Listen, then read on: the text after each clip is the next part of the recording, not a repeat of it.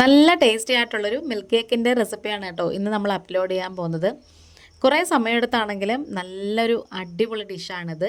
Video skip ചെയ്യാതെ full കാണണേ. ഇഷ്ടപ്പെട്ടാൽ സപ്പോർട്ട് ചെയ്യണം. താമസിക്കുന്നില്ല, നമുക്ക് നേരെ വീഡിയോയിലേക്ക് തന്നെ പോവാം.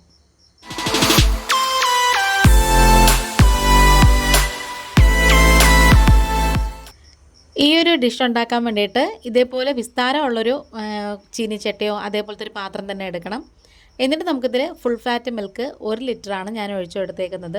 ഇതിപ്പോൾ ഞാൻ മുരളിയുടെ പാലാണ് എടുത്തേക്കുന്നത്. നല്ല കട്ടിയായിട്ടുള്ളൊരു പാലാണ് കേട്ടോ. ഒട്ടും തന്നെ നമ്മൾ വെള്ളമൊന്നും ചേർക്കരുത്. ഇനി പതിയെ നമ്മളിങ്ങനെ ഒന്ന് ഇളക്കി ഇളക്കി കൊടുക്കണേ. അപ്പം ഇത് കുറച്ച് സമയം കഴിയുമ്പോഴത്തേക്കും പാല് നന്നായിട്ട് തിളച്ച് വരും. മീഡിയത്തിലും ലോയിലും ഒക്കെ ആയിട്ട് തീ നമ്മൾ അഡ്ജസ്റ്റ് ചെയ്ത് വെച്ചിട്ട് വേണം നമുക്കത് പാല് നന്നായിട്ട് തിളപ്പിച്ചെടുക്കാനേ. കുറച്ച് സമയം എടുക്കണം കേട്ടോ ഈ ഒരു സംഭവം ഒന്ന് റെഡിയായി കിട്ടാനായിട്ട്. അപ്പോൾ നമ്മൾ ഇട്ടതിനേക്കാളും പാല് നന്നായിട്ട് തിളച്ച് വന്നിട്ടുണ്ട്. ആ കുമ്പളയൊക്കെ ഇങ്ങനെ വരുന്ന കാണുമ്പോൾ നിങ്ങൾക്ക് മനസ്സിലാവും. ഇനി നമ്മളിത് തുടരെ തന്നെ നമ്മളിങ്ങനെ ഇളക്കി ഇളക്കി കൊടുക്കണം. കോരി ഒഴിച്ചൊക്കെ ഇളക്കണം. അപ്പം നമ്മൾ നേരത്തെ എത്രത്തോളം പാലുണ്ടായിരുന്നു അതിപ്പം കുറച്ച് കുറഞ്ഞിട്ടുണ്ട്. അത് നിങ്ങൾക്ക് കാണുമ്പോൾ തന്നെ മനസ്സിലാവും. പിന്നെ നമ്മൾ ശ്രദ്ധിക്കേണ്ട ഒരു കാര്യം, ഇതിൻ്റെ ചുറ്റുപാടും അറ്റത്തൊക്കെ ഇങ്ങനെ ഒട്ടിപ്പിടിച്ചിരിക്കത്തില്ലേ, അത് നല്ല ക്രീമി ആയിട്ടുള്ളൊരു സംഭവമാണ്. അത് നന്നായിട്ട് ഇങ്ങനെ ചുരണ്ടി ആ ഒരു സ്പൂണ് കൊണ്ടോ അല്ലെങ്കിൽ ഒരു സ്പാറ്റിലോ കൊണ്ടോ നമ്മളിങ്ങനെ ചുരണ്ടി അതിലേക്ക് ആ പാലിലേക്ക് ഇട്ട് കൊടുക്കണേ. എന്നിട്ട് നമുക്കിങ്ങനെ നന്നായിട്ട് ഇങ്ങനെ ഇളക്കിടാം. ഇനി നമുക്ക് അരമുറി ചെറുനാരങ്ങ ഞാനിവിടെ പിഴിഞ്ഞ് കുരുവൊക്കെ കളഞ്ഞെടുത്ത് വെച്ചിട്ടുണ്ടായിരുന്നു. അതിൽ നിന്ന് ഒരു സ്പൂണ് നമുക്കതിലേക്ക് ആദ്യം ഒഴിച്ചു കൊടുക്കണം. ഫുള്ള് നമ്മൾ ആദ്യമേ ഒഴിച്ചു കൊടുക്കാൻ പാടില്ല. എന്നിട്ട് നന്നായിട്ട് ഇങ്ങനെ ഒന്ന് മിക്സ് ചെയ്ത് കൊടുക്കണം. നമ്മൾ പനീറൊക്കെ ഉണ്ടാക്കുമ്പം വലിയ കട്ടായിട്ടൊക്കെ വരുന്നത്. അപ്പം ഇത് അതുപോലെയല്ല, നല്ല പൊടിയായിട്ട് കിട്ടണം. അതുകൊണ്ടാണ് നമ്മൾ ഇട്ട ഉടനെ തന്നെ ഇങ്ങനെ ഇളക്കി കൊടുക്കുന്നത്. അങ്ങനെ കണ്ടിന്യൂസ് ആയിട്ട് നമുക്കിങ്ങനെ നന്നായിട്ട് മിക്സ് ചെയ്തതിന് ശേഷം അടുത്ത ഒരു സ്പൂണും കൂടി ഞാനിതിലേക്ക് ഒഴിച്ചു കൊടുത്തിട്ടുണ്ട്. ഒരുപാട് ചെറുനാരങ്ങയുടെ നീരൊഴിക്കാൻ പാടില്ല. എങ്കിൽ നമ്മൾ ഈ സ്വീറ്റ് ഉണ്ടാക്കി കഴിയുമ്പോഴത്തേക്കും ഭയങ്കര ഒരു പുളി രസം വരും. അതുകൊണ്ടാണ്. അങ്ങനത്തെ നമ്മളിത് എടുത്ത പാലിൻ്റെ ഒരു 1/4 ഭാഗം താഴോട്ടായിട്ടുണ്ട്. ഇനി നമുക്ക് മധുരത്തിന് ആവശ്യമായിട്ടുള്ള പഞ്ചസാര ചേർത്ത് കൊടുക്കാം. ഞാനിവിടെ 1 കപ്പ് പഞ്ചസാരയാണ് ചേർത്ത് കൊടുത്തേക്കുന്നത്. അപ്പം 1/2 കപ്പിൻ്റെ 2 കപ്പാണ് കേട്ടോ ഇട്ടേക്കുന്നത്. ഇനി ഈ പഞ്ചസാരയൊക്കെ നന്നായിട്ടൊന്ന് മെൽറ്റായിട്ട് വരുന്നവർ നന്നായിട്ട് ഇങ്ങനെ ഇളക്കി കൊടുക്കണേ. ഇപ്പോൾ നിങ്ങൾക്ക് കാണുമ്പോൾ മനസ്സിലാകാൻ പറ്റുന്നതുകൊണ്ട് വലിയ കട്ടയായിട്ടല്ല, ചെറിയ കട്ടയായിട്ടാണ് കിടക്കുന്നത് കേട്ടോ. അങ്ങനെ കുറേ സമയം നമ്മളിങ്ങനെ ഇളക്കിയെടുത്ത് അതിനകത്തുള്ള വെള്ളമയമൊക്കെ ഇപ്പോൾ കുറച്ച് വെള്ളമുണ്ട്. ആ പാലിൻ്റെ ആ വെള്ളം ഫുള്ള് പോകണം കേട്ടോ. പഞ്ചസാര നമ്മളിടുമ്പം ഇച്ചിരി ഒന്ന് ലൂസാവും, അത് കുഴപ്പമില്ല. കുറച്ച് നമ്മൾ ഇളക്കുമ്പോൾ കട്ടിയാവേ. ഇനി നമുക്കിതിലേക്ക് കുറച്ച് നെയ്യ് ഒഴിച്ചു കൊടുക്കാം. നെയ്യും നമ്മൾ എല്ലാം കൂടി ഒരുമിച്ച് ഒഴിക്കേണ്ട ആവശ്യമില്ല.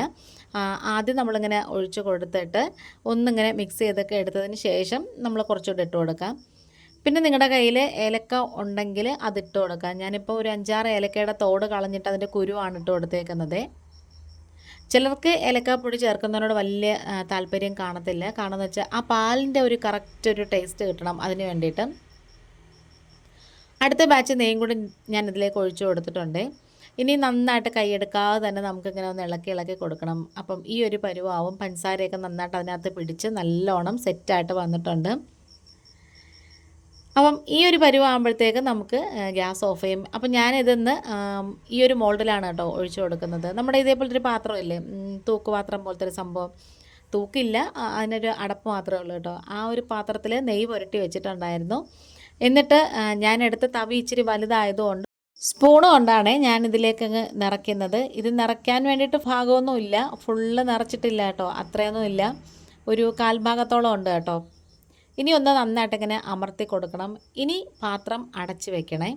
അടച്ച് വെച്ചിട്ട് നമുക്ക് നന്നായിട്ട് ഇങ്ങനെ അമർത്തി കൊടുക്കണം. കാരണം നന്നായിട്ട് നല്ല സെറ്റായിട്ട് വരത്തുള്ളൂ, അതുകൊണ്ടാണ്. ഇനി നമുക്കിത് അടച്ചു കൊടുക്കാമേ. അടച്ചതിന് ശേഷം കട്ടിയുള്ളൊരു ടവലോ അല്ലെങ്കിൽ ഞാനിപ്പം കട്ടിയുള്ളൊരു ബെഡ്ഷീറ്റാണ് കേട്ടോ എടുത്തേക്കുന്നത്. അതുകൊണ്ട് നന്നായിട്ടൊന്ന് കവർ ചെയ്തെടുക്കണേ. നല്ല ടവലുണ്ടെങ്കിൽ അതെടുത്താലും മതി, നല്ലോണം കട്ടിയായിട്ടുള്ളത്. അപ്പം ഞാനിപ്പം ഈ ബെഡ്ഷീറ്റ് കൊണ്ട് നന്നായിട്ട് കവർ ചെയ്തതിന് ശേഷം ഒരു 4 മണിക്കൂർ സെറ്റാവാൻ വേണ്ടി അനക്കാതെ അങ്ങ് വെച്ചേക്കണം. അങ്ങനെ ഒരു 4 മണിക്കൂർ 4.5 മണിക്കൂർ കഴിഞ്ഞപ്പോൾ നമ്മുടെ ഈ മിൽക്ക് കേക്കൊക്കെ നന്നായിട്ട് സെറ്റായിട്ട് വന്നിട്ടുണ്ട്. ഇനി നമുക്കിതൊന്ന് കമിഴ്ത്തിയിട്ടൊന്ന് തട്ടിക്കൊടുത്താൽ മതി. ആ നെയ്യൊക്കെ ചുറ്റുപാടും അതിൻ്റെ അടിയിലുമൊക്കെ പുരട്ടിയിട്ടുള്ളത് കൊണ്ട് തന്നെ ഇളകി അങ്ങ് വന്നോളും.